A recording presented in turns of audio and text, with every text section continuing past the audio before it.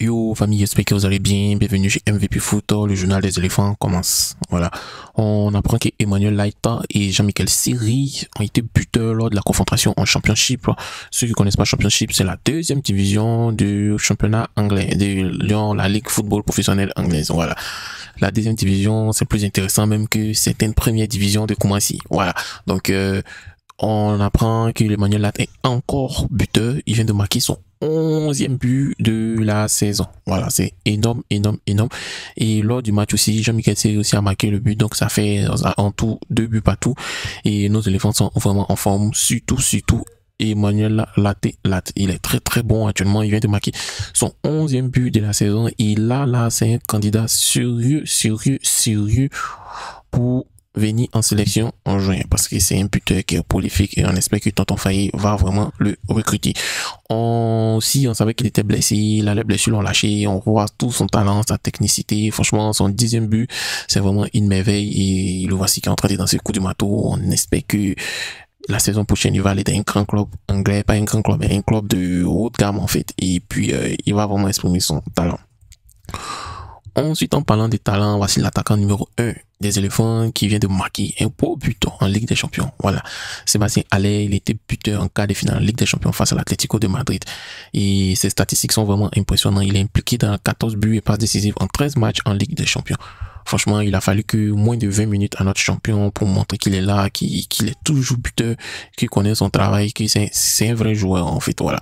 Et je pense que ça va s'aimer le tout dans la tête de son entraîneur pour dire, ce gars-là, il marque. Donc, il faut que je le rende titulaire pour qu'il puisse marquer. Parce qu'on sait que le match retour s'adopte nous et ils doivent vraiment chicoter les gens de l'Atlético.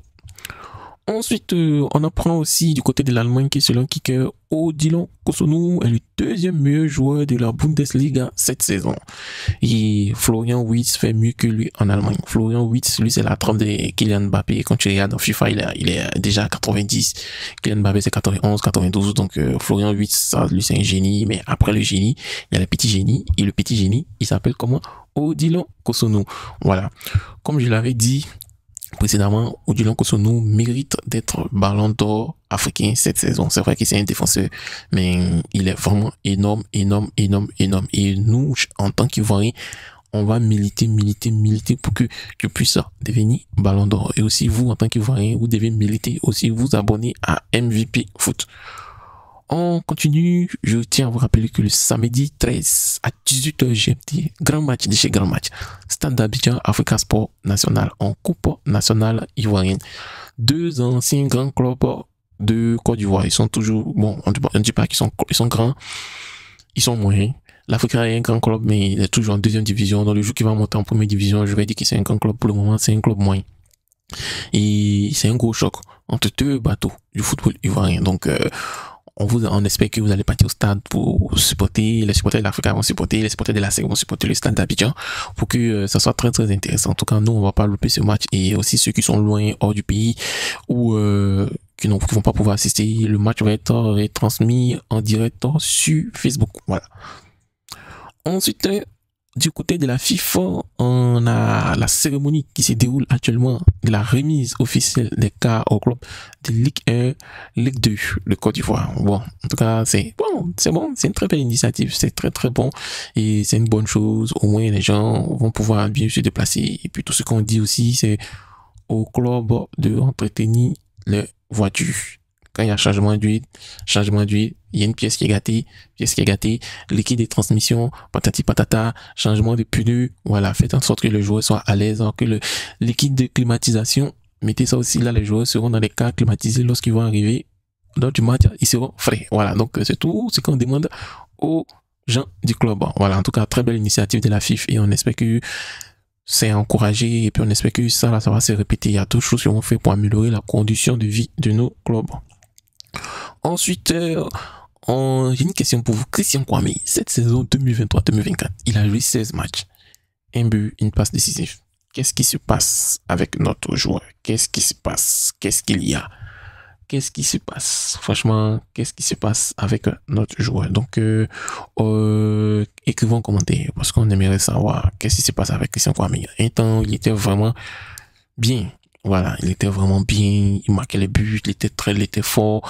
Et ça même le Real de Madrid avait commencé à le regarder en fait. Voilà, à le regarder, le pistonner. Et puis sa blessure est venue, le rupture du ligament croisé, qui l'éloignait du terrain. Mais depuis son retour, Christian Kwame est en train de régresser. Donc, qu'est-ce que vous en pensez? Et puis, quelle solution donnez-vous à Christian Kwame pour qu'il puisse relever son niveau? Parce que là, c'est pas bon. Ensuite, on apprend que selon ça, c'est une compagnie de, comment on appelle, qui font des statistiques. Ils disent que la valeur marchande de Simon Adingra est estimée à 53 millions d'euros. Il est classé 20e au classement des joueurs de moins de 23 ans. Voilà. On sait tous que quand tu es africain, ils vont pas bien te classer. Mais en tout cas, c'est vraiment une pépite. Et 53 millions d'euros, ça ne va que monter pour monter jusqu'à 100 millions d'euros parce que c'est une pépite des pépites. Voilà. Ensuite, le jeudi 17 avril, donc précisément une semaine, la SEC Mimosa va jouer contre la FADA à 16h au stade Roubret-Champour. On vous rappelle que la SEC compte 3 matchs en moins et ils sont 8e avec 30 points et à 14 points du leader, le FC San Pedro. Bon, on calcule. Si la SEC gagne ces 3 matchs, ils auront 39 points. Ils seront à 5 points du leader FC San Pedro. Est-ce que c'est possible pour que la SEC soit champion de Côte d'Ivoire? Ou est-ce que c'est possible pour que la SEC puisse être qualifiée pour la Ligue des champions africaine? Voilà, donc écrivez en commentaire, votre avis m'intéresse. Le supporter de la SEC, votre avis m'intéresse. Les haters, c'est-à-dire ceux qui n'aiment pas la SEC, votre aussi avis m'intéresse aussi. Je voulais dire m'intéresse pas, mais m'intéresse parce que j'aimerais savoir. Voilà, il faut donner des sujets de discussion, donc écrivez en commentaire. Voilà, et puis je vais répondre à ceux qui se sont abonnés. Ceux qui ne se sont pas abonnés, je ne vais pas vous répondre parce que vous voulez pas vous abonner. Ensuite, j'aimerais rappeler à nos chers amis maliens que Tonton Yaya Fofana a arrêté un penalty contre le Mali. Voilà, c'est vrai que les gens disent qu'il vaut rien, mais la seule fois où il a arrêté le penalty contre le Mali, ça nous suffit pour dire que notre gardien, c'est le GOAT, c'est le meilleur, ce n'est pas le André Onana, c'est le meilleur, c'est le, comment on appelle, le Thibaut Courtois. Voilà, donc félicitations, et prochain penalty contre le Mali, là, tu connais vraiment à faire là, tu dois arrêter encore. Aussi, on apprend que la panthère des Ebisekou, Franck Yannick, qui ici était présent ce soir au stade du Paris Saint-Germain au Parc des Princes pour regarder le match de ses anciens coéquipiers de FC Barcelone contre le Paris Saint-Germain.